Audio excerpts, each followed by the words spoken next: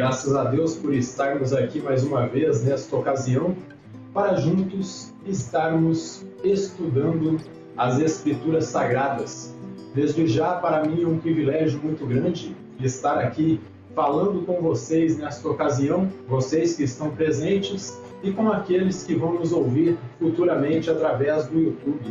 Que o Deus Eterno continue nos abençoando grandemente e possa abrir as Escrituras para nós nestes momentos e possa abençoar também as suas vidas e a vida daqueles que vão nos assistir futuramente através do nosso canal no YouTube. Que este sermão seja edificante, seja de bênção e possa produzir um ensino dentro dos seus corações e possa colocá-los dentro da vontade divina. Então, sem mais delongas, convido a todos que estiverem com a sua Bíblia nestes momentos que abra comigo em Tiago, no capítulo 4, do versículo 13 até o 17. Então diz assim, Tiago, no capítulo 4, de versículo 13 até o 17. Atendei, agora vós que dizeis, hoje ou amanhã, iremos para tal cidade, e lá passaremos um ano, e negociaremos, e teremos lucro. Vós não sabeis o que sucederá amanhã. Que é a vossa vida? Sois apenas como uma neblina, ou um vapor, que aparece por um instante e logo se dissipa. Em vez disso, devieis dizer, se o Senhor quiser, nós não só viveremos, como também faremos isto ou aquilo. Agora, entretanto, vos jactais das vossas arrogantes pretensões. Toda jactância semelhante a essa é maligna. Portanto, aquele que sabe que deve fazer o bem e não o faz, nisso está pecando. Até aqui a leitura da palavra de Deus. Então nós temos aí Tiago, capítulo 4, de versículos 13 até o 16. Antes de nós começarmos a explicar aqui, verso a verso, eu gostaria de fazer uma breve introdução aqui e falar um pouco do contexto aqui desta sessão de Tiago. Então, o nosso autor nessa sessão aqui, agora ele muda de grupo. Então, ele se dirige a um novo grupo aí de crentes. E ele vai, e agora ele começa a exortar aí os cristãos judeus que tinham o ofício de comerciantes. Então, ele está falando aí com os comerciantes aí de sua congregação. No final, ele retoma o diálogo aí com toda a congregação, mas precisamente ele começa a falar aqui com aqueles que tinham o ofício aí de comerciantes. Então agora ele passa a exortar os crentes judeus que tinham o ofício de comerciantes. Por isso ele trata da questão aí dos projetos humanos. Ele começa a falar aí de projetos humanos. E por isso esclarece que qualquer coisa que o ser humano deseja realizar fora da direção divina e decide realizá-la como se ele não existisse, com arrogância, aí foi o termo que ele usou, tal pessoa irá falhar. E por isso que nós encontramos esses homens aí falando com arrogância. Eles estavam dizendo assim, nós iremos amanhã a tal cidade, iremos, ganharemos, contrataremos, passaremos um ano lá, faremos todo o nosso negócio e teremos êxito. Só que a pergunta é, meus irmãos, onde fica Deus nessa conversa? Aonde é que fica o Senhor e Salvador Jesus Cristo? Fica para escanteio, fica bem longe deles. E mesmo sendo cristãos, eles entram nesse espírito arrogante. Então, toda pessoa que decide realizar algo como se ele não existisse, irá falhar, pois nada foge do controle divino. Abra comigo aí em Deuteronômio 32, verso 39. É o 5º livro de Moisés, o 5º livro do Pentateuco. Diz assim, vede agora que eu sou, eu somente, e mais nenhum Deus além de mim. Eu mato e eu faço viver, eu firo e eu saro, e não há quem possa livrar alguém da minha mão. Então tudo está sob o controle divino. Ninguém pode se livrar do controle soberano do Deus Todo-Poderoso, do Senhor e Salvador Jesus Cristo. Simon Kistemaker, ao comentar a respeito desta sessão aqui, ele diz algo sumamente importante e diz assim, ó: o orgulho cega o ser humano para a realidade, de modo que ele não vê o ridículo dos seus atos. O ser humano faz planos e fala como se fosse o Senhor da sua vida e Deus não existisse. Tolice completa, que Kistemaker chama esta atitude prepotente aí de achar que você tem controle sobre a sua vida, sobre os atos que você faz aqui, ele chama de tolice. E por quê? Eu passo a trabalhar aqui essa questão aqui, o porquê tolice? Porque os planos traçados com arrogância, com prepotência, não fazem o menor sentido, meus irmãos. Não faz nenhum sentido você traçar planos, fazer projetos aí e deixar Deus de lado. Porque, com certeza, como eu já abordei aqui já nesse início, você irá fracassar. Então, o que Tiago aqui, ele procura colocar na mente desses cristãos aí que tinham o ofício de comerciantes, era isso, ó. Porque os planos traçados com tal arrogância não fazem o menor sentido. Com relação aos nossos planos, devemos ter em mente que Deus é soberano. E o que significa soberania? Que nada foge do controle de suas mãos. Então, todo aquele que tiver projetos humanos deve se entregar nas mãos de Deus para que seu projeto, para que seu negócio possa dar certo. Porque se ele não entregar nas mãos do Senhor, esse projeto pode até ter êxito, mas será um êxito debaixo de fracasso, porque ele estará cego em seu pecado e não estará enxergando a arrogância que ele está se metendo de se achar que é um Deus, que ele tem controle sobre sua vida. Então, devemos ter em mente que Deus é soberano. Então, o que Tiago procura colocar aqui na mente desses comerciantes, desses cristãos comerciantes e todos aqueles que lessem a sua carta, é que todos deveriam depender do controle e da soberania divina para que pudessem ter êxito em seus projetos. Porque se não se entregar completamente ao controle soberano do Senhor, apenas encontrará o fracasso espiritual, onde você terá uma vida vazia, sem sentido, sem a presença de Deus e estará aí enredado no laço do pecado. E o porquê? Porque o ser humano sem Deus, ele é incapaz de fazer qualquer coisa.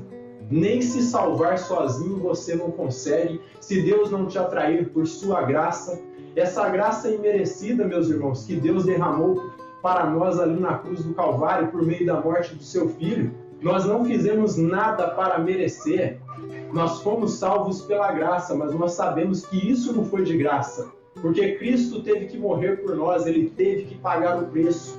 A morte que era minha, que era de vocês, que era de todos os seres humanos, ele pagou, ele morreu por cada um de nós. Então, nós devemos entender que nem se salvar sozinhos nós não conseguimos. Mas outro detalhe que nós devemos entender aqui, que Tiago, ele não está condenando aí o êxito nos negócios. Pelo contrário, o que ele está condenando aí é a loucura de se achar um Deus e achar que a pessoa é capaz de fazer alguma coisa sem o controle divino.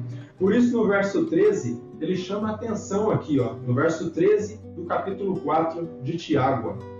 Atendei agora. Essa expressão no grego, ela se refere bem mais a preste atenção, ouça aqui o que eu vou dizer agora para vocês. É isso que ele quer dizer com atendei, ou como diz a Almeida Revista Corrigida, eia.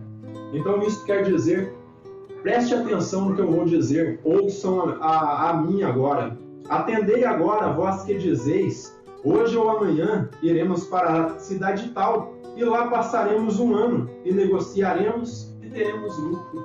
Então eles começam aqui a fazer seus planos, a dizer que vão a tal cidade, amanhã eles vão fazer tal coisa e vão a essa tal cidade, lá contrataremos, ganharemos, teremos lucro, e se esquecem de Deus. Poxa, o mais importante eles não colocam ali dentro do contexto do seu diálogo, da sua conversa e de seus projetos.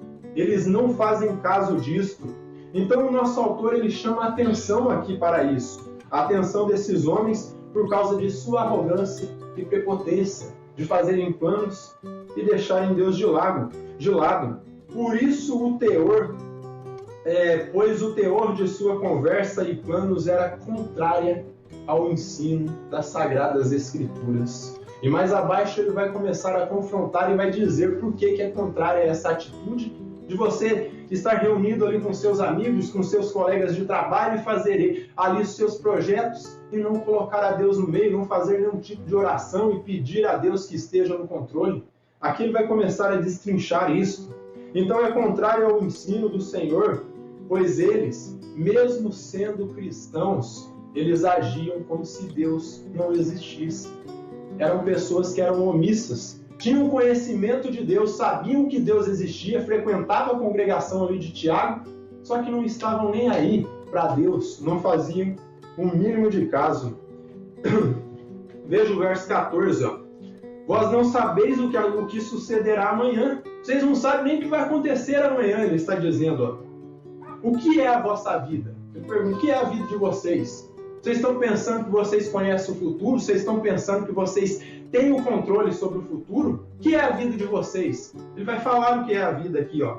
Ele diz, ó, o que é a vida de vocês? Sois apenas como neblina, que aparece por um instante e logo se dissipa.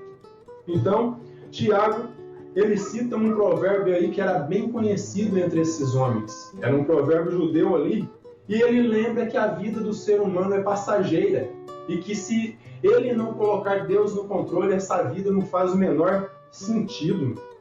Então, ele cita um provérbio aí que era bem conhecido entre eles, e lembra o quão passageira é a vida humana. É como um sopro, e sem Deus ela não faz o menor sentido. Vamos a Provérbios no capítulo 27 e versículo 21. É algo mais ou menos neste sentido aqui que Tiago está falando. Provérbios no capítulo 27 e versículo 1. Aqui o proverbista Salomão ele vai citar algo a respeito do futuro e nas mãos de quem que está este futuro. Esse futuro não pertence ao ser humano, mas pertence a Deus. Nós não conhecemos o que vai acontecer amanhã. Pelo contrário, a nossa vida é tão incerta aqui que nós não podemos fazer projetos se Deus não estiver à frente. Os nossos projetos não irão ter sentido. Provérbios 27, 1 diz assim, ó. Não te glories do dia de amanhã, porque não sabes o que trará a luz. Então o homem não conhece o futuro. Ele não sabe se o dia de amanhã vai vir luz, ou se vai vir trevas, ou se vai fazer tempo bom, ou se vai chover. Com seus equipamentos aí de medição climática, pode chegar até uma base, mas a base concreta do que vai acontecer ele não consegue. Ele pode imaginar, talvez amanhã irá chover, talvez amanhã irá fazer bom tempo, mas o futuro a Deus pertence. E nós nada sabemos de algo que fora da direção de Deus o Pai é incerto. Então veja aqui, Jó no capítulo 8 e versículo 9. O nosso destino aqui nesta terra é tão incerto e tão passageiro, e por isso nós sabemos que nós não temos o controle dele. Então em Jó, o primeiro livro aí dos livros de sabedoria, nós encontramos o profeta Jó falando a respeito disso também. Jó capítulo 8 e versículo 9. Diz assim, ó, prestem atenção nisso, ó. Porque nós somos de ontem e nada sabemos, porquanto nossos dias sobre a terra são como sombra, ou seja, não são como nada. Nós não sabemos de nada, nós não temos o entendimento do futuro. E no Salmo 90, nós encontramos aí, Salmo 90, versículos 9 e 10, nós vamos encontrar o profeta Moisés falando a respeito de nossa vida e o quão passageira ela é também. Salmo 90, versículos 9 e 10. E diz assim, ó: Pois todos os nossos dias se passam na tua ira, acabam-se os nossos anos como um breve pensamento. Os dias da nossa vida sobem a 70 anos, ou em havendo vigor, a 80. Neste caso, o melhor deles é canseira e enfado, porque tudo passa rapidamente e nós voamos. Então, se nós notarmos isso diante da grandeza do Eterno, do Criador do Universo, a nossa vida aqui é como nada. A nossa vida é uma sombra, a nossa vida é uma neblina, assim como o Tiago apontou aí. E o que quer dizer com isso? É uma vida que é passageira. Calvino, ao comentar esta seção aqui de Tiago, este capítulo, ele diz o seguinte, ó: pela comparação do vapor, a neblina, né? Ele nos mostra notavelmente que propósitos que estão fundados apenas no presente são totalmente esvanecentes, ou seja, são passageiros. E o que eu quero dizer com isso? Hoje existem e amanhã, através da morte, desaparecem. E alguns aí, como apontou o profeta Moisés, essa vida termina aos 80 anos, com muita dificuldade, com muita canseira, porque ele diz que a vida plena do homem é até 70 anos. E depois disso, só canseira. E mais uma vez, o que Tiago está apontando aqui? Ele está aludindo o ensinamento que o Senhor e Salvador Jesus Cristo já havia dado, lá em Lucas, no capítulo 12, de versículo 16 até o 21. Abram comigo aí em Lucas, no capítulo 12, versículo 16 até o 21.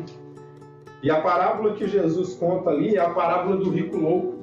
Essa parábola faz muito sentido para aquilo que Tiago está apontando aqui, porque não sei se vocês se recordam dessa parábola do rico louco aí. O rico, ele havia tido uma colheita muito grande ali e ele olha ali para os seus silos, para os seus celeiros, e ele percebe que os seus celeiros não cabem toda a novidade da sua colheita. Ele começa a dizer o seguinte: eu vou ter que derrubar tudo, vou ter que construir de novo para que possa armazenar as minhas novidades. Então, em Lucas, no capítulo 12, do versículo 16 até o 21, nós vamos encontrar esta parábola. E diz assim, ó: e lhes proferiu ainda uma parábola dizendo: o campo de um homem rico produziu com abundância. Então ali, a sua lavoura, a sua colheita produziu muito, produziu em abundância, ó. E arrazoava consigo mesmo. Ele começou a pensar, começou a conjecturar. E dizendo: que farei, pois? Não tenho onde recolher os meus frutos? E disse: farei isto, destruirei os meus celeiros, reconstruí-los-ei maiores, e aí recolherei todo o meu produto e todos os meus bens. Então direi à minha alma: tens em depósito muitos bens para muitos anos, descansa, come, bebe, regala-te. Mas Deus lhe disse: louco, esta noite te pedirão a tua alma, e o que tens preparado, para quem será? Assim é o que entesoura para si mesmo, e não é rico para com Deus. Então, o que o Senhor Jesus quis dizer com essa parábola aqui? O rico ali, ele começou a fazer seus projetos, em nenhum momento ele cita Deus, em nenhum momento ele coloca Deus nos seus negócios. Ele diz para a própria alma dele: vai, alma, come, bebe, folga, porque o que você tem preparado dá para muitos anos. Você não precisa de mais nada. E Deus desceu e sussurrou no ouvido dele e disse: louco, esta noite vão pedir a sua alma. O que você tem preparado aí? Para quem será? Você vai morrer. A sua vida é passageira. Sua vida é sem sentido aqui. Você acha que a sua vida está embasada apenas em bens materiais, mas há algo mais do que esta vida aqui, mais do que bens materiais. O Senhor Jesus, ele disse em Mateus 6,33: buscai primeiramente o reino dos céus e sua justiça, e as demais coisas vos serão acrescentadas. Então é necessário nós buscarmos primeiramente o reino de Deus, e depois as outras coisas serão acrescentadas. Todos os nossos negócios terão êxito, mas se primeiro colocarmos o Senhor. Não como o rico que foi louco ali e bateu no peito e disse que era autossuficiente, que ele podia tudo com seus bens. Vai, alma, come, bebe, folga, porque o que você tem preparado dá para muitos anos. Você não precisa de mais nada, você não precisa nem de Deus, porque o que você tem já te satisfaz. E Deus, mais uma vez, salienta: você é louco, você vai morrer, vão pedir a sua alma hoje, o que você tem aí vai ficar para quem? e talvez não tivesse filhos, talvez não tivesse descendência, mas o que vem ao caso aí é a prepotência desse homem de achar que a sua riqueza fazia mais sentido do que servir a Deus. É necessário nos humilharmos na presença de Deus e confiarmos no seu poder.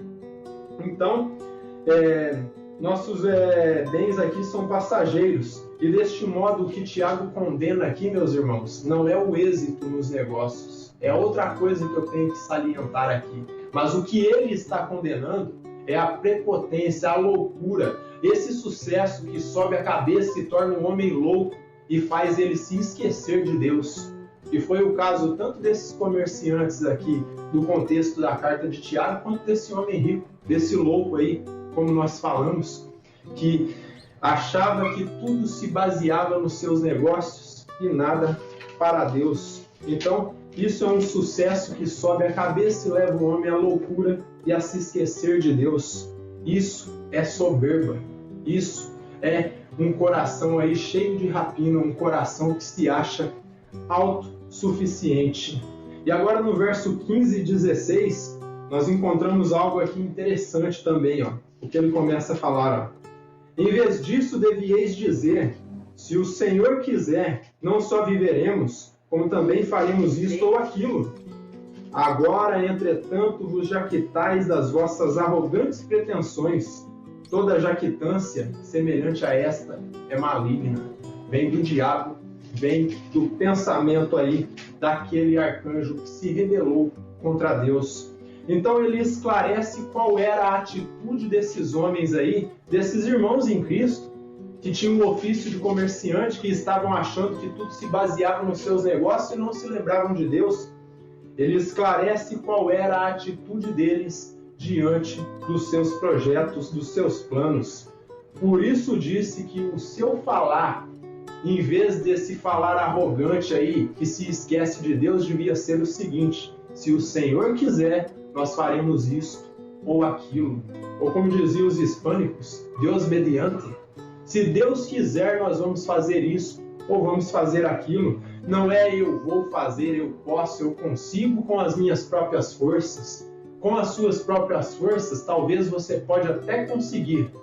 Mas o que adianta ter sucesso aqui neste mundo e passar a eternidade no lago de fogo do inferno, onde arde com fogo e com enxofre?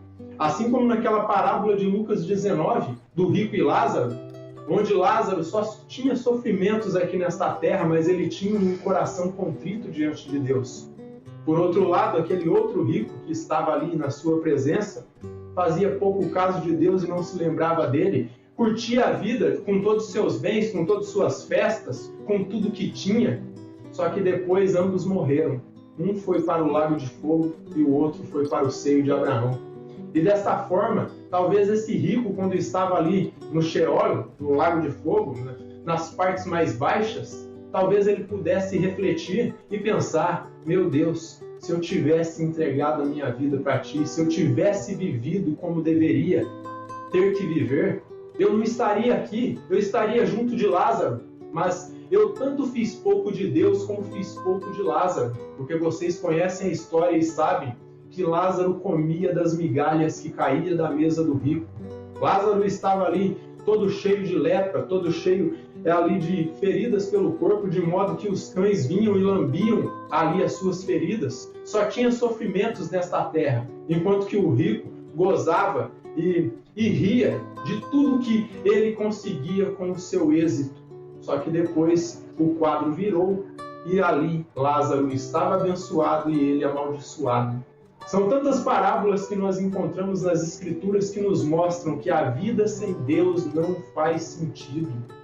Nós definimos aqui o nosso futuro eterno, ainda que o nosso futuro é incerto, que nós não conhecemos, mas Deus o sabe, Ele conhece tudo.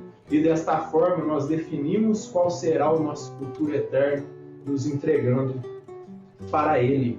Então ele esclarece qual era a atitude que esses homens deviam tomar diante aí dos seus planos e projetos. O falar deles devia ser: se o Senhor quiser, se o Senhor permitir, eu farei isso e farei aquilo.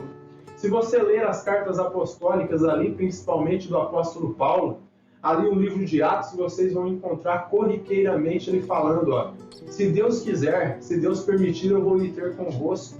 Ali em Atos 20, quando Paulo vai se despedir ali dos bispos de Éfeso, onde teve toda aquela conclamação ali perante ele, todos o abraçavam, o beijavam e mostravam quanto amor tinham pelo apóstolo Paulo. Logo ele disse, se o Senhor permitir, eu voltarei a ver o rosto de vocês. Mas se ele não permitir, talvez eu não volte. E a partir dali, quando ele partiu para as suas campanhas evangelísticas, dali ele sumiu para Roma e acabou ali preso e decapitado. Ali ele foi acusado injustamente, levantaram falsas testemunhas, assim como fizeram com o Senhor Jesus, e Paulo teve o fim da sua vida, mas no final de sua vida ele disse, combati o bom combate, venci a carreira e guardei a fé, porque ele sabia para onde ele ia. E em muitas ocasiões vocês vão encontrar ele dizendo que o morrer para ele era lucro. O lucro era morrer. E o porquê? Porque ele sabia que quando ele morresse ele ia para a glória, ele ia estar com Cristo. Ele não tinha nenhum tipo de apreço pelos bens materiais e por esta vida aqui. E esse deve ser o nosso sentir, sabendo que o nosso futuro eterno é muito maior do que esta terra aqui. Então, nós devemos dizer, se o Senhor quiser, não só viveremos, como também faremos isto ou aquilo. Não a frase ridícula que eles estavam falando ali, eu posso, eu consigo, eu vou lá, vou planejar e vou fazer tal coisa. Não, se o Senhor permitir, tal projeto vai dar certo. Se o Senhor permitir, eu vou chegar lá, eu vou contratar, eu vou ganhar. Mas primeiro, coloque o Senhor na frente. Então, eles estavam falando isso e se achando senhores de sua própria vida. E com isso, eles estavam fazendo pouco caso da autoridade divina, demonstrando que quem tinha o controle das vidas deles eram eles próprios. E por isso que nós entendemos que eles estavam vivendo como se Deus não existisse. Mas alguém pode se perguntar, mas pastor, o senhor falou que eles eram crentes. Nós temos vários tipos de crentes. E esses eram crentes nominais, que ainda não haviam sido convertidos. E com esta pregação aqui, com este discurso, o intuito de Tiago era o quê? Que eles se convertessem, que eles se dobrassem diante de Deus e se humilhassem na presença de Deus e reconhecessem que sem Ele, eles não eram nada. E o verso 17, nós chegamos ao último verso aqui, ó. Portanto, aquele que sabe que deve fazer o bem e não o faz, está pecando. O verso 17 do capítulo 4.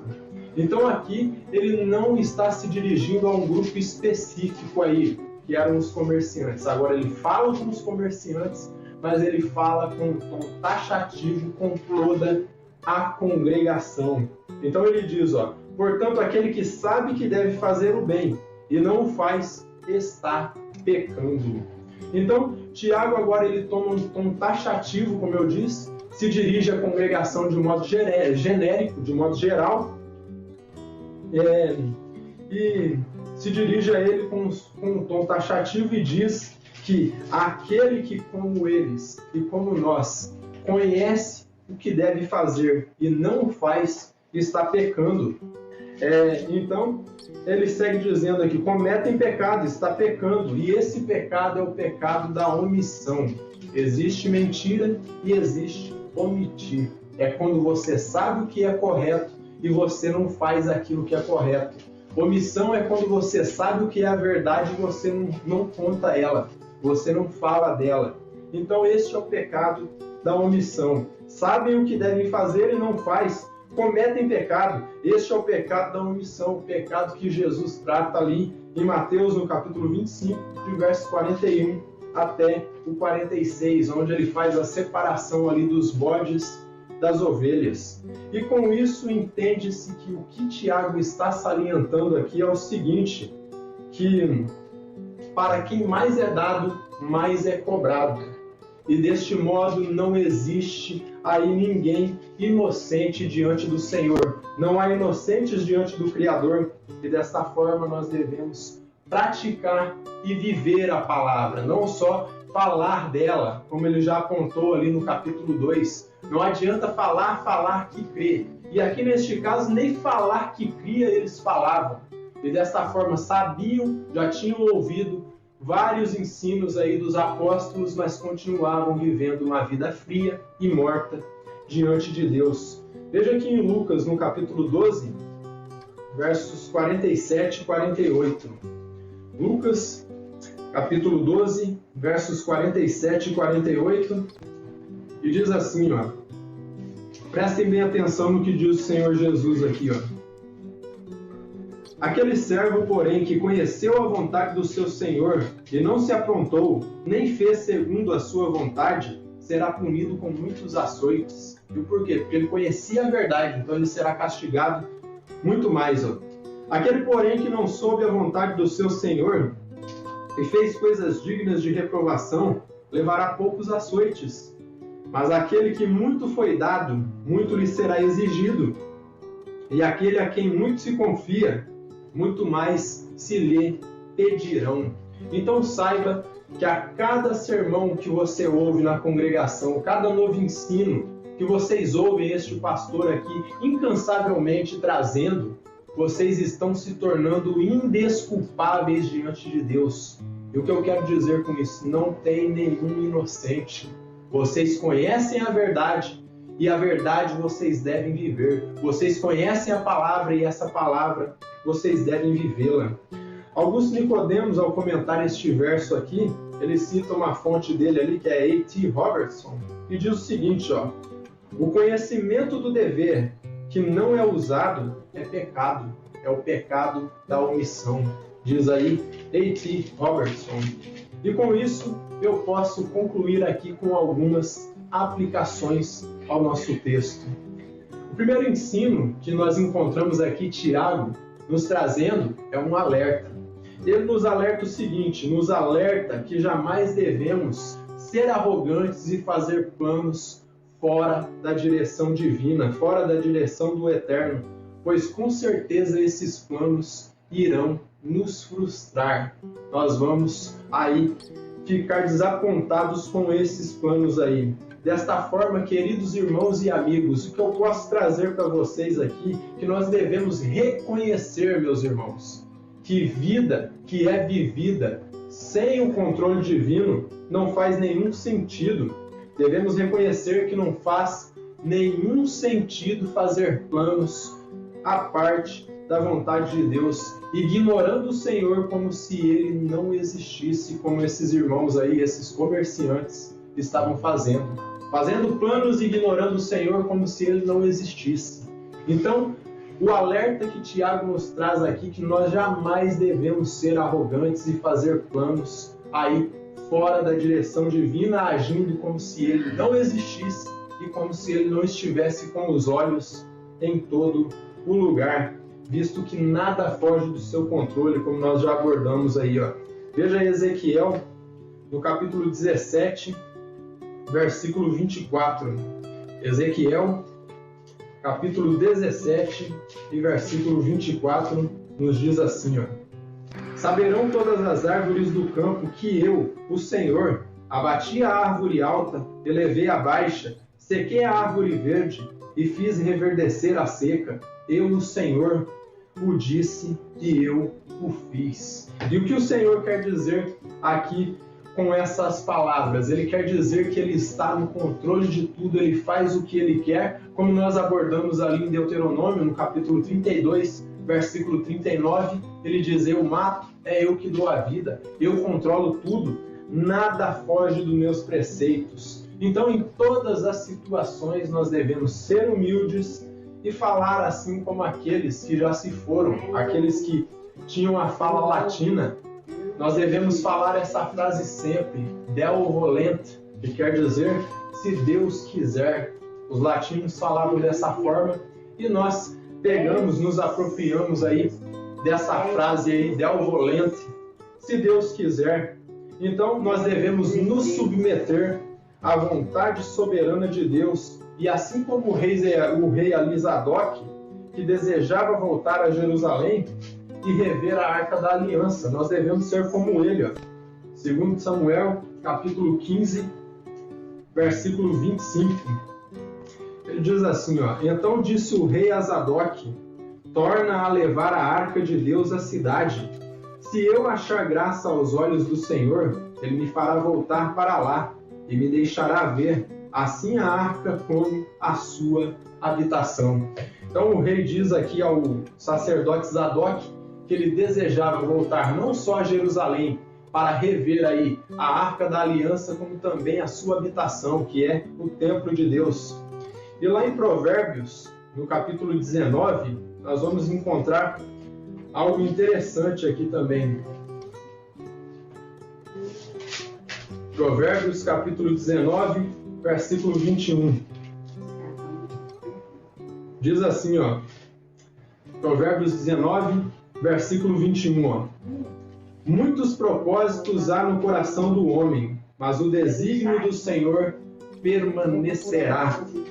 Então, muitos propósitos, muitos planos pode haver no coração do homem.